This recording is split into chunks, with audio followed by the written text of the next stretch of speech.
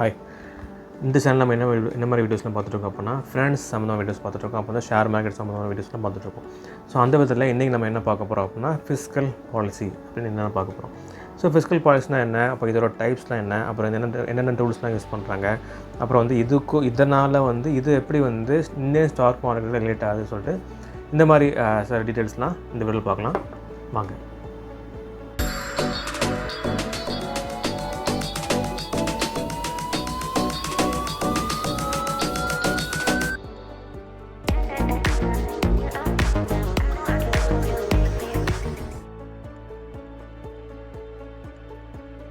Fiscal policy. So வந்து போன வீடியோவில் நம்ம என்ன பார்த்தோம்னா மானிட்டரி பாலிசி அப்படின்னு என்ன பார்த்தோம். ஸோ ஒரு பாலிசின்னு அப்படின்னு எடுத்தோம்னாலே நம்ம வந்து ஒரு கோல்ஸ் அச்சீவ் பண்ணுறதுக்காக தான் வந்து ஒரு பாலிசின்னு கொண்டு வருவாங்க. இப்போ அந்த விதத்தில் இந்த மெயினாக வந்து இந்த ஃபிஸ்கல் பாலிசியும் மானிட்டரி பாலிசியும் கிட்டத்தட்ட ஒன்று தான். ஸோ ஏன்னா வந்து அதோட இலக்கு வந்து ஒரு இலக்கு தான். எதுக்குன்னா வந்து எக்கனாமிக் ஸ்டெபிலிட்டி, ஒரு எக்கனாமிக் வந்து ஸ்டேபிளாக எடுத்துகிட்டு போகிறது தான் இந்த ரெண்டு பாலிசியோட ஒரு முக்கியமான அப்ஜெக்டிவ்னு சொல்லலாம். ஸோ கிட்டத்தட்ட வந்து ஃபிஸ்கல் பாலிசி வந்து மானிட்டரி பாலிசி மாதிரி தான். ஸோ இதை வந்து யார் வந்து யூஸ் பண்ணுறான், ஸோ எந்த மாதிரி வந்து டூல்ஸை யூஸ் பண்ணுறாங்க, ஸோ இதை பொறுத்து தான் மாறுமே தவிர மற்ற மானிட்டரி பாலிசி சரி ஃபிஸ்கல் பாலிசி சரி ஸோ ரெண்டுமேயோட அப்ஜெக்டிவ் வந்து ஒன்று தான். ஸோ அப்படிங்கிற விதத்தில் இந்த ஃபிஸ்கல் பாலிசியை வந்து யார் கொண்டு வந்தா அப்படின்னா, யார் வந்து யூஸ் பண்ணுறாங்க அப்படின்னா கவர்மெண்ட் ஆஃப் இந்தியா தான். ஸோ வந்து அந்தந்த ஸ்டேட் கவர்மெண்ட்டும் சரி சென்ட்ரல் கவர்மெண்ட்டும் சரி தான் இதை யூஸ் பண்ணி தான் சப்ளை ஆஃப் மணி வந்து ரெகுலேட் பண்ணுறாங்க. ஸோ வந்து மானிட்டரி பாலிசி என்ன பார்த்தோம்னா சப்ளை ஆஃப் மணி அதாவது பணப்புழக்கத்தை வந்து ரெகுலேட் பண்ணி தான் எக்கனாமியை ஸ்டேபிளைட் பண்ணுறாங்க. ஸோ வந்து இந்த ரெண்டுமே வந்து மேக்ரோ எக்கனாமிக் கோல், இந்த ரெண்டு பாலிசியோட முக்கியமான கோலே வந்து இன்ஃப்ளேஷனை கரெக்டாக கொண்டு வரது தான் வந்து கரெக்டாக மெயின்டைன் பண்ணுறது வந்து ரெண்டு விதமான கோல் தான். ஸோ அது யார் கொண்டு வரா, எந்த மாதிரி டூல்ஸ் யூஸ் பண்ணுறது தான் இது ரெண்டுக்குமே வந்து மாறுபட்டு வருது. ஸோ மானிட்டரி பாலிசி சரி எதை கையை வச்சு எதை வந்து எந்த ஒரு டேர்மில் கையை வச்சு சப்ளை ஆஃப் மணி பணப்புழக்கம் வந்து ரெகுலேட் பண்ணுறாங்களோ அதே மாதிரி இதில் வந்து இந்த ஃபிஸ்கல் பாலிசி சரி இன்னொரு டேர்மை யூஸ் பண்ணி சப்ளை ஆஃப் மணி வந்து ரெகுலேட் பண்ணுறாங்க. ஸோ மானிட்டரி பாலிசியில் வந்து இன்ட்ரெஸ்ட் ரேட்டில் கையை வைப்பாங்க. ஸோ வட்டி விகிதத்தில் கையை வச்சு அதை ஏற்றவோ இறக்கவோ அதை யூஸ் பண்ணி பணப்புழக்கத்தை கண்ட்ரோல் பண்ணுவாங்க. ஸோ இதில் அது யார் கொண்டு வரோன்னா RBI, reserve bank of India தான் மானிட்டரி பாலிசி பொறுத்த வரைக்கும் அதை யூஸ் பண்ணுவாங்க. ஸோ ஃபிஸ்கல் பாலிசியை பொறுத்த வரைக்கும் நம்ம ஏற்கனவே பார்த்த மாதிரி கவர்மெண்ட், ஸோ கவர்மெண்ட்டு தான் இதை வந்து பண்ணுறாங்க. ஸோ எதில் கையை வச்சு பண்ணுவாங்க, டாக்ஸேஷன், நம்ம கட்டக்கூடிய டாக்ஸேஷன் எல்லாமே இன்கம் டேக்ஸ் சரி ப்ரொஃபஷனல் டேக்ஸ் சரி அப்புறம் எல்லா விதமான டேக்ஸ் இருக்குல்ல, ஸோ அதில் கையை வச்சு தான் ஸோ மொத்த பணப்புழக்கத்தை வந்து இன்க்ரீஸ் பண்ணுறதோ டிக்ரீஸ் பண்ணுறதோ வந்து பண்ணுவாங்க. அப்புறம் வந்து கவர்மெண்ட் ஸ்பெண்டிங், ஸோ வந்து இந்த கவர்மெண்ட் வந்து எப்படி வந்து செலவழிக்குது, ஸோ இதை பொறுத்து தான் இந்த ஃபிஸ்கல் பாலிசி வந்து எப்படி வேலை செய்யுது அப்படின்னா அந்த சப்ளை ஆஃப் மணி எக்கனாமி வந்து ஸ்டேபிளாக கொண்டு போகுது. எதை கரெக்டாக கொண்டு வந்தால் ஸ்டேபிளாக போகுங்கன்னா சப்ளை ஆஃப் மணி தான். ஸோ இது மெயின் அப்ஜெக்டிவ் என்னென்னா சேம் தான், ஒரே அப்ஜெக்டிவ். மானிட்டரி பாலிசி சரி இந்த ஃபிஸ்கல் பாலிசி சரி சேம் அப்ஜெக்டிவ் தான். எதுக்குன்னா ஸ்டேபிளான எக்கனாமிக் க்ரோத் வந்து இருக்கணும். ஸோ எக்கனாமிக் க்ரோத் ஸ்டேபிளாக இருக்கணும் அப்படின்னா எது ஸ்டேபிளாக இருக்கணும், first price. So price stability, அதாவது ஸ்டேபிள் ப்ரைஸ் வந்து ஸ்டேபிளாக இருந்தால் மட்டும்தான் எக்கனாமியும் ஸ்டேபிளாக இருக்கும். ஸோ அப்புறம் மூணாவது பாயிண்ட் என்னென்னா எம்ப்ளாய்மெண்ட். ஸோ எம்ப்ளாய்மெண்ட்டும் கரெக்டாக இருக்கும், எல்லாருக்கும் வேலை வாய்ப்பும் கரெக்டாக இருந்தால் மட்டும்தான் வருமானம் கரெக்டாக வரும், மக்களும் வந்து ஸ்பெண்ட் பண்ணுறதுக்கு தயக்கம் இல்லாமல் ஸ்பெண்ட் பண்ணுவாங்க, பணப்புழக்கம் வந்து இன்க்ரீஸ் ஆகும். ஸோ எம்ப்ளாய்மெண்ட்டும் நம்ம தான் முக்கியமான அப்ஜெக்ட் தான். ஸோ ஃபிஸ்கல் பாலிசி என்னென்னு சொல்லிட்டு ஒரு ஐடியா கிடச்சிருக்கும் நம்புகிறேன். ஸோ ரெண்டுமே வந்துட்டு ஒரே மானிட்டரி பாலிசி சரி போன வழியில் நம்ம பார்த்ததும் இதுவும் கிட்டத்தட்ட ஒரே மாதிரி தான். ஏன்னா வந்து மானிட்டரி பாலிசி சரி ஃபிஸ்கல் பாலிசி சரி ஒரு கண்டிப்பாக வந்து பொருளாதாரத்தை கரெக்டாக வந்து மெயின்டைன் பண்ணி சீரமைச்சு கரெக்டாக கொண்டு போகிறதோட முக்கியமான நோக்கம் தான் இந்த ரெண்டு பாலிசிக்குமே. ஸோ அந்த விதத்தில் ஃபிஸ்கல் பாலிசி வந்து எதில் கரெக்டாக கான்சன்ட்ரேட் பண்ணுவாங்க அப்படின்னா டாக்ஸேஷன் தான் மெயினாக கான்சன்ட்ரேஷன் பண்ணுவாங்க. அப்போ வந்து எப்படி வந்து கவர்மெண்ட் செலவழிக்குது, ஸோ கவர்மெண்ட் தான் யூஸ் பண்ணால கவர்மெண்ட்டும் எப்படி செலவழிக்குது அதுலேயும் கான்சன்ட்ரேட் பண்ணி சப்ளை ஆஃப் மணி பணப்புழக்கத்தை ரெகுலேட் பண்ணி அந்த இன்ஃப்ளேஷனும் கரெக்டாக மெயின்டைன் பண்ணுவாங்க. தான் அதோட முக்கியமான கோல்ஸ்.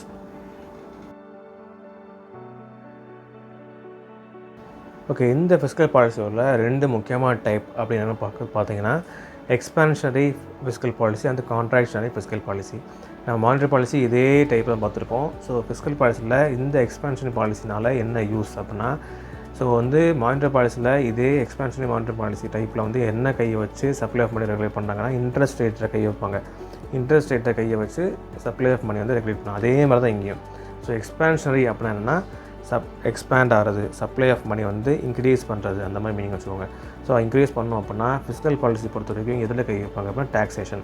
ஸோ அந்த டேக்ஸ் ஸ்லாப்ஸை வந்து அட்ஜஸ்ட் பண்ணுறது மூலமாக, ஸோ டேக்ஸ் ஸ்லாப்ஸ் வந்து குறைச்சாலும் சரி ஸோ வந்து ஃபார் எக்ஸாம்பிள் வந்து நீங்கள் சேலரி வாங்குறீங்க அப்படின்னா இவ்வளோ கட்டிட்டுருக்கீங்க அப்படின்னா அந்த ஸ்லாபை நீங்கள் கம்மி பண்ணிட்டா உங்கள்கிட்ட சேவிங்ஸ் வந்து அதிகமாகிடும். ஸோ டேக்ஸ் போக இப்போ 40,000 வாங்குறீங்க அப்படின்னா அதில் 3,000 டேக்ஸ் கட்டுறீங்க வச்சுக்கோங்களேன். இப்போ அந்த டேக்ஸ் ஸ்லாபை கொஞ்சம் கம்மி பண்ணிட்டாங்க அப்படின்னா 3,000 வந்து 2,000 கம்மி பண்ணிட்டாங்க அப்படின்னா உங்களுக்கு வந்து 1,000 எக்ஸ்ட்ரா வந்து சேவிங்ஸ்லையோ இன்வெஸ்ட்மெண்ட்லேயோ போகிறதுக்கு வந்து உங்களுக்கு வந்து வாய்ப்பு மாதிரி கிடைக்கும். ஸோ இப்படி பண்ணுறதுனால என்ன ஆகும்னா சப்ளை ஆஃப் மணி அது பணப்புழக்கம் வந்து இன்க்ரீஸ் ஆகும். ஓகேவா? இதுதான் எக்ஸ்பான்ஷனரி பாலிசியோட ஒரு முக்கியமான ஒரு டூலாக யூஸ் பண்ணுவாங்க. எதுனா இந்த இன்ட்ரெஸ்ட் ரேட்டை டேக்ஸ் ரேட்னா அது மானிட்டரி பாலிசி, டேக்ஸ் சம்மந்தமான ரேட்னா அது ஃபிஸ்கல் பாலிசி. ஓகேவா? ஸோ இந்த டேக்ஸ் ரேட்டை வந்து கம்மி பண்ணுறதுனால ஒரு எக்ஸ்பான்ஷன் பாலிசி இந்த டைப்பை யூஸ் பண்ணி பணப்புழக்கம் வந்து இன்க்ரீஸ் பண்ணுவாங்க. ஸோ அடுத்த முக்கியமான டைப் வந்து கான்ட்ராக்ஷனரி பாலிசி. ஸோ கான்ட்ராக்ஷனரி கம்மி பண்ணுறது, சுருக்கிறது அப்படி சொல்கிற அர்த்தம். ஸோ அப்படின்னா என்ன மீனிங் அப்படின்னா சப்ளை பண்ணியே குறைக்கிறாங்க அப்படின்னு அர்த்தம்.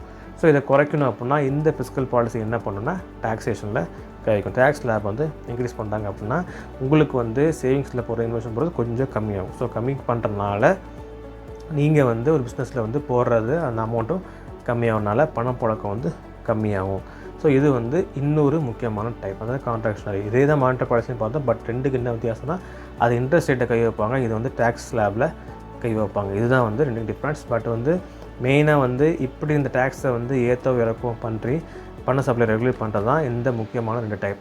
ஸோ எக்ஸ்பான்ஷனை பண சப்ளை இன்க்ரீஸ் பண்ணுறது, கான்ட்ராக்ஷனை பண சப்ளை கம்மி பண்ணுறது. இதுதான் வந்து ரெண்டுக்கும் பொதுவான ஒரு முக்கியமான மீனிங்.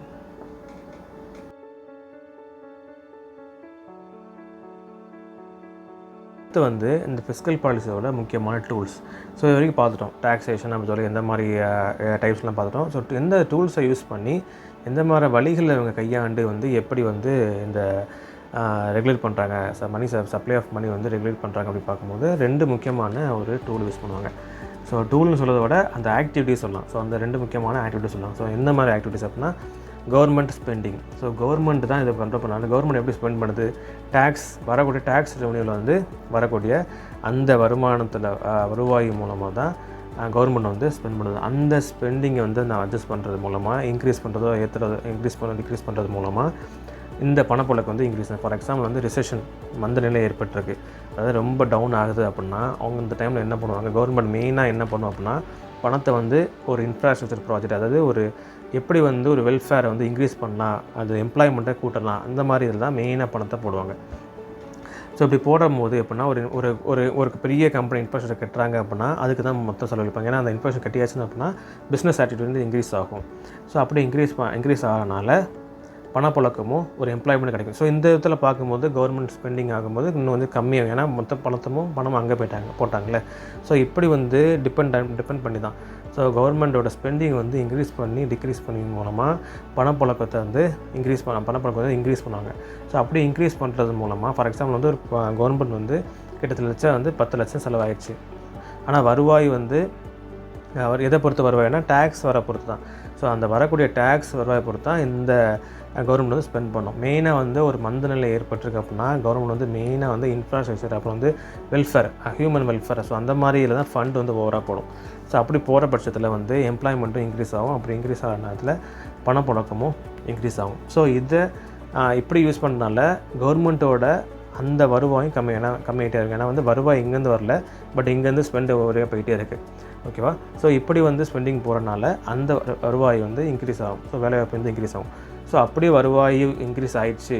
ஸோ அப்படின்னா மறுபடியும் கவர்மெண்ட்லேயே இப்போ பணம் கம்மியாச்சு அப்படின்னா இன்னொரு வழிமுறை யூஸ் பண்ணி இந்த கவர்மெண்ட் உள்ள அவங்க கையில் இருக்க அமௌண்ட்டை வந்து இன்க்ரீஸ் பண்ணுவாங்க. எப்படின்னா டாக்ஸேஷன் அடுத்த முக்கியமான டூல். ஸோ இந்த டாக்ஸேஷன் மூலமாக வருவாய் கரெக்டாக வந்துருச்சு, எம்ப்ளாய்மெண்ட் கரெக்டாக இன்க்ரீஸ் ஆகிடுச்சு அப்படின்னா டாக்ஸேஷன் மூலமாக வந்து இங்கே கவர்மெண்ட்டுக்கு வந்து வருவாய் கண்டிப்பாக வேணும் இல்லையா? டாக்ஸேஷன் மூலமாக வந்து இங்கே வருவாய் வரும். ஸோ அதை வந்து இன்க்ரீஸ் பண்ணிப்பாங்க. ஓகேவா? மெயினாக வந்து 2 டூல் தான், கவர்மெண்ட் ஸ்பெண்டிங் அப்புறம் வந்து டாக்ஸேஷன். இப்போ வந்து எல்லாமே கரெக்டாக போயிட்டுருக்கு. அப்புறம் வந்து இப்போ பணப்புழக்கம் இன்க்ரீஸ் ஆகிடுச்சு அப்படிங்கிற பட்சத்தில் இந்த கவர்மெண்ட் வந்து என்ன பண்ணுவாங்க அப்படின்னா டாக்ஸேஷனில் கை வைப்பாங்க. ஸோ இந்த டேக்ஸ் லேபில் கை வைக்கிற மூலமாக பணப்புழக்கம் வந்து ஏறதையும் இறங்குறதையும் வந்து ரெகுலேட்டாக கொண்டு போவாங்க. நான் ஏற்கனவே சொன்ன மாதிரி டேக்ஸ் லேப்ஸில் வந்து கை வைப்பாங்க. ஃபார் எக்ஸாம்பிள் நீங்கள் இன்கம் டேக்ஸ் பே பண்ணுறீங்க, இல்லை ப்ரொஃபஷனல் டேக்ஸ் பே பண்ணுறீங்கன்னாலும் அதில் நீங்கள் கையை வச்சுட்டு அதில் வந்து கவர்மெண்ட் வந்து ஒரு சேஞ்சஸை உண்டு பண்ணி சப்ளை பண்ணி பணப்புழக்கத்தை வந்து ஏற்றவோ இன்க்ரீஸ் பண்ணவோ குறைக்கவோ வந்து அப்படி ரெகுலேட் பண்ணி எக்கனாமிக் ஸ்டெபிலிட்டியை ஒரு ஸ்டேபிளான ஒரு எக்கனாமியை கொண்டு வர முயற்சி பண்ணுவாங்க. மெயினாக எதுக்குன்னு பார்த்துட்டோம், இன்ஃப்ளேஷன் தான். ஸோ வந்து இந்த 2 முக்கியமான டூல் எதுனா கன்சியூமர் ஸ்பெண்டிங் அப்புறம் வந்து டாக்ஸேஷன். ஸோ இதில் வந்து சில சேஞ்சஸை கொண்டு வந்து தான் ஃபிஸ்கல் பாலிசி, இது எல்லாமே ஃபிஸ்கல் பாலிசிக்கே வருது. இதில் ஏதாவது சேஞ்சஸ் கொண்டு வந்து தான் சப்ளை ஆஃப் மணி வந்து ரெகுலேட் பண்ணுறாங்க.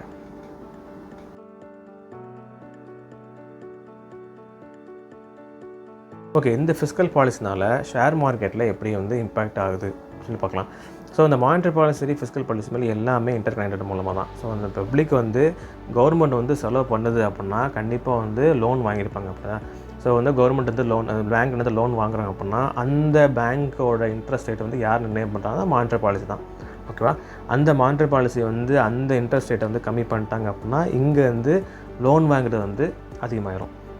ஸோ அந்த அதிகமாகனால பப்ளிக் எக்ஸ்பெண்டிச்சர், அதாவது கவர்மெண்ட்டை செலவு பண்ணுறதும் இன்க்ரீஸ் ஆகிரும். ஸோ அப்படியே இன்க்ரீஸ் பண்ணுறதுனால என்ன ஆகும் அப்படின்னா கவர்மெண்ட்டே வந்து எக்ஸ்ட்ரா செலவு பண்ணுறதுனா கவர்மெண்ட் சில செக்யூரிட்டிஸ் அப்புறம் வந்து சில முக்கியமான கவர்மெண்ட் ப்ராஜெக்ட் வந்து இன்வெஸ்ட் பண்ணுறதுனால இது வந்து எங்கே டேரெக்டாக இம்பேக்ட் ஆகும்னா ஷேர் மார்க்கெட் தான். ஸோ கவர்மெண்ட் செக்யூரிட்டிஸ் வந்து இன்வெஸ்ட்மெண்ட் பண்ணுறாங்க. அப்போ கவர்மெண்ட் ப்ராஜெக்ட் வந்து கண்டிப்பாக வந்து இன்க்ரீஸ் ஆகும். ஒரு ப்ராஜெக்ட் வந்து ஒரு முன்னெடுத்து ஒரு ஹார்பர் கட்டுறாங்க அப்படின்னா, கவர்மெண்ட் ஹார்பர் கட்டுறாங்க அப்படின்னா அதில் போகிற பணம்னால கண்டிப்பாக வந்து பொருளாதாரம் ட்ரேடிங் வந்து நடக்கும்னால இதனால் என்ன ஆகும்னா ஷேர் மார்க்கெட் வந்து இன்க்ரீஸ் ஆகும். So fiscal policy monetary policy எல்லாமே இன்டர் கனெக்ட் தான். ஏன்னா வந்து எல்லாமே எக்கனாமிக் ஸ்டேபிள் கொண்டு போகிறது தான் இது கொண்டு வந்துட்டாங்க. ஸோ ஓகேவா? ஸோ டாக்ஸேஷனை வந்து கொஞ்சம் கம்மி பண்ணுறதுனால பணப்புழக்கம் வந்து இன்க்ரீஸ் ஆகிறனால ஸோ எல்லாமே வந்து ஒரு கார்பரேட்டும் சரி வந்து இண்டிவிஜுவலும் சரி எல்லாமே வந்து ஒரு ஷேர் மார்க்கெட்டில் போகிறதுனால அந்த ஷேரோட மதிப்பு வந்து இன்க்ரீஸ் ஆகும்.